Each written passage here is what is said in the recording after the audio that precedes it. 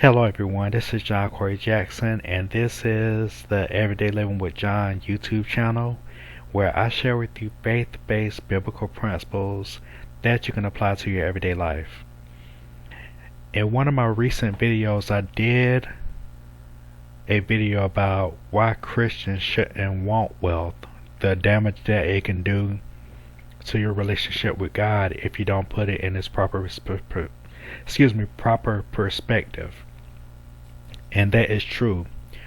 But in this video, I'm going to show you why Christians need to be wealthy and be in a place of prominence and positions of power. And I am going to show you in Luke 10 and 30, very popular passage about the Good Samaritan. So this video is going to illustrate why you and I should strive to be people of wealth. So, of course, like I said, this is very popular, and we've all, even if you've been in church on a moderate basis, you probably heard this story. So, let's read. This is again coming from Luke 10:30, and this is the New Living Translation. So it says, Jesus replied with the story. A Jewish man was traveling from Jerusalem down to Jericho, and he was attacked by bandits. They stripped him of his clothes, beat him up, and left him half dead beside the road. Now, one of the things I want to point out is the people that you would assume would help this guy did not help this guy. Of course, we assume a priest is supposed to help, and it says that by chance a priest came along, but when he saw the man lying there, he crossed to the other side of the road and passed him by. A temple assistant walked over and looked at him lying there, but he also passed by on the other side of the road. The other side. So, then the despised Samaritan came along, and when he saw the man, he felt compassion for him.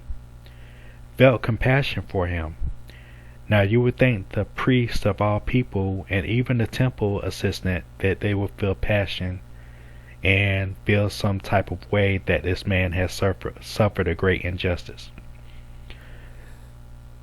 And it continues to say that going over to him, the Samaritan. Oh, one more thing about Samaritans before I read further. They were despised people. They were quote unquote unclean. And they had no dealings with certain people, especially people from Jerusalem. So it says, going over to him, the Samaritan soothed his wounds with olive oil and wine and bandaged them up. Then he put the man on his own donkey, and took him to an inn where he took care of him. Now, this is the money part right here. He didn't just take care of him with prayers and well wishes and I'll be praying for you and all the things we sometimes say as Christians to try and make ourselves feel good. He didn't just say, I'll be praying for you. He actually took action, and when it says took care of him, he paid for the man to be up in the inn. So it wasn't free for him to stay at the inn, or at least it doesn't imply that here he paid physical money for this man to be taken care of at this inn. And it goes on to say the next day he handed the innkeeper 2 silver coins, telling him take care of this man. If his bill runs higher, his bill, not his prayer list or anything like that, but his bill. If his bill runs higher, I'll pay you the next time I'm here. Now, which of the 3 would you say was a neighbor to the man who was attacked by bandits? And, of course, the one that showed him mercy. So, I said all of that to say,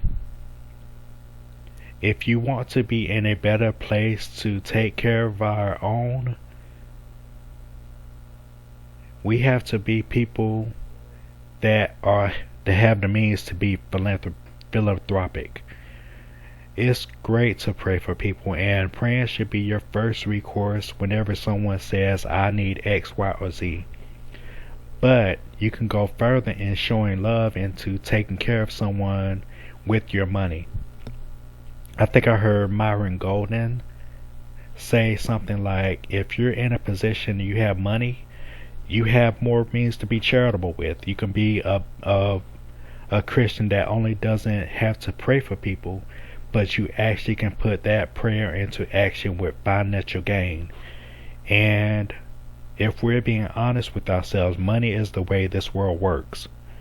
You have to have money in order to just think of it in terms of paying your own bills. You just can't go somewhere and you have a light bill due, electric bill due. You just can't say to that bill collector, "Oh, can you pray for me? I don't have the means." You actually gonna have to put some money in that person's hand or that bill collector's account to where you can have your lights and meet your necessities. So it takes money for your own personal house, it takes money for God's house, and it takes money to help people get to where they need to be. Charities, it's going to take money. Everything you could think of, it takes money to help move the needle. And that's not to say that you should sell your soul in order to just make money, but you should strive to be a person of means so that when you pass by a Samaritan, when you pass by a person in this similar position, you'll be in a position to help that person financially. Of course, you help them with your prayers whenever that's needed, but it means something when you can help people with your money. So you want to be a person of means and in positions to be able to create opportunities for not only for Christians but for other people to be better in their own personal lives.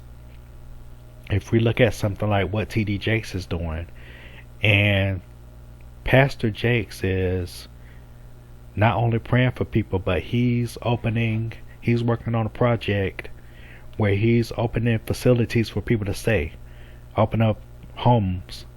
So that's the kind of things that you can do when you have means. You can make tangible change. And this is not to say that you should never pray, or this is not to say that if you don't have the means at this moment that you're a bad person, you're a bad Christian. But that means you should be striving to a place that I could be in a position to help someone if they need it.